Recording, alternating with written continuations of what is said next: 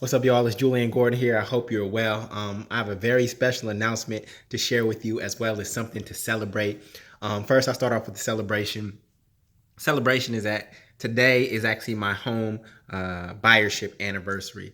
In 2013, I got my first property in Brooklyn, New York, a three-family home that I lived in since that time, just before moving to New Orleans 4 months ago.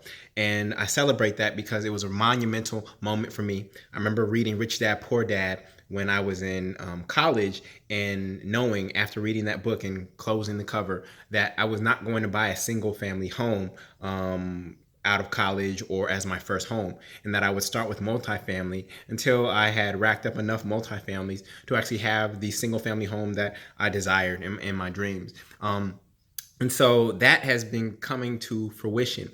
I read that book probably in 2002, and then I didn't get that home until 2000 May of 2013. So it took me actually over a decade to get that home. Now I could have got a single family home a lot earlier because the cost of a single family home isn't as much, or typically isn't as much, as a three family home, but I waited.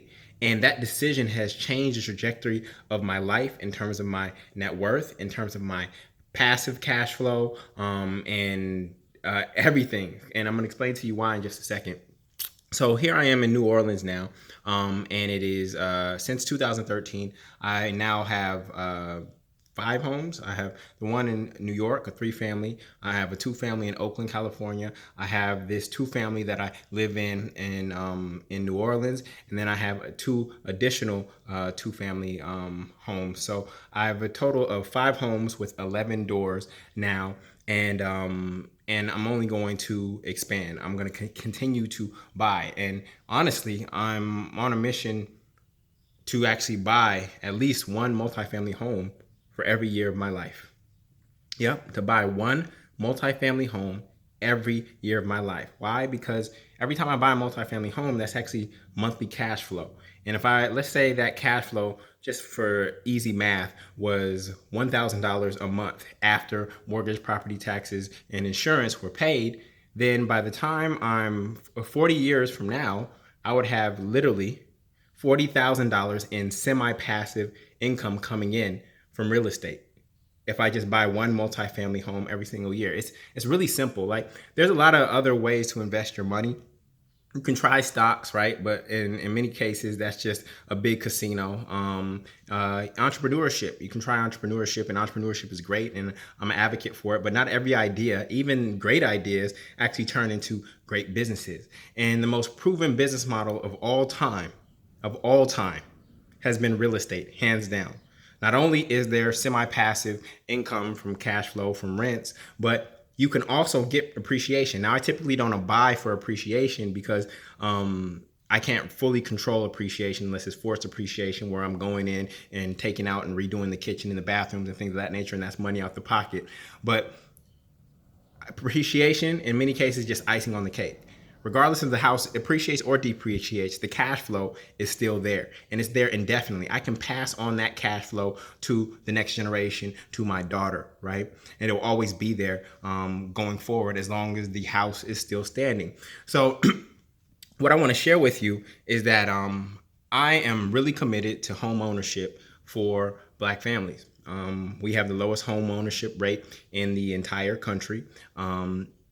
And I believe that buying a multifamily home first, I know this is completely opposite of what you've seen on HGTV, right? HGTV, they give you keys and they call you a homeowner. You're not a homeowner at that point. You are a home buyer. The bank typically owns 96.5% of your home the moment you get the keys, right? You are not the owner until you paid off the mortgage in full. You could literally be down to your last mortgage payment, and if you start to miss it, guess what? That bank is coming after your property. So we have to be very careful with our language, right? And the American dream also says, go to college, right?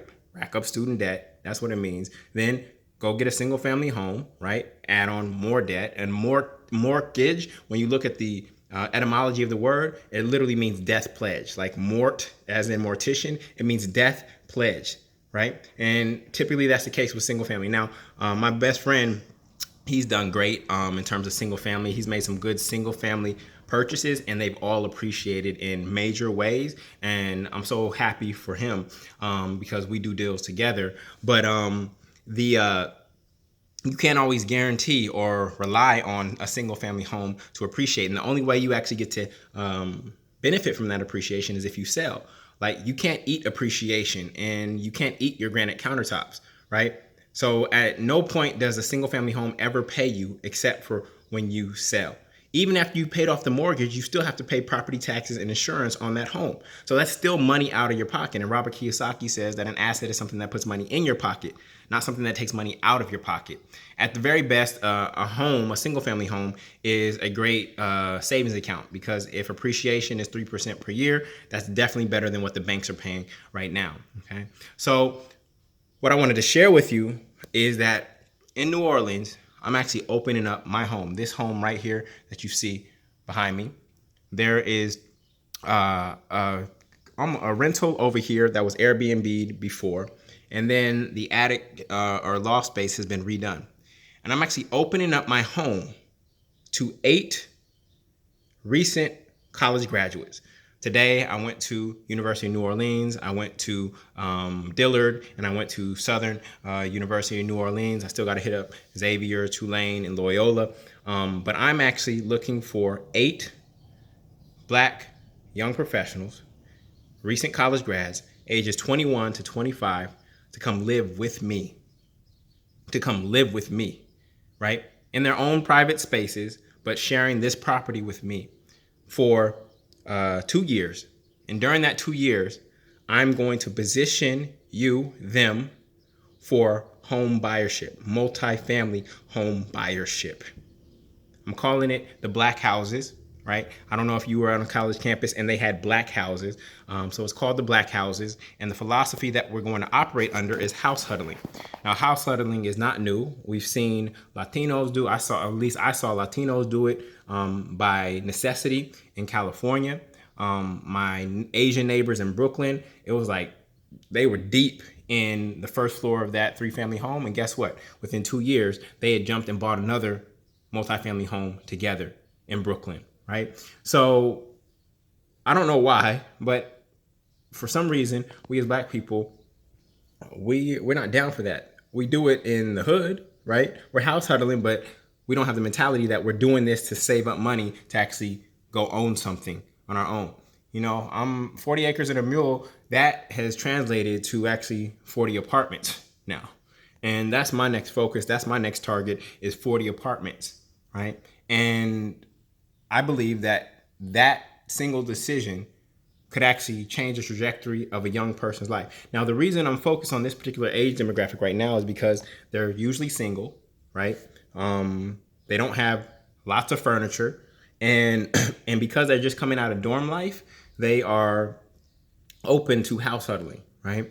Whereas when you got the older millennials who are used to living good, and I got my own, here's my philosophy. You should not be living on your own if you don't own anything. You should not be living on your own if you don't own anything, period.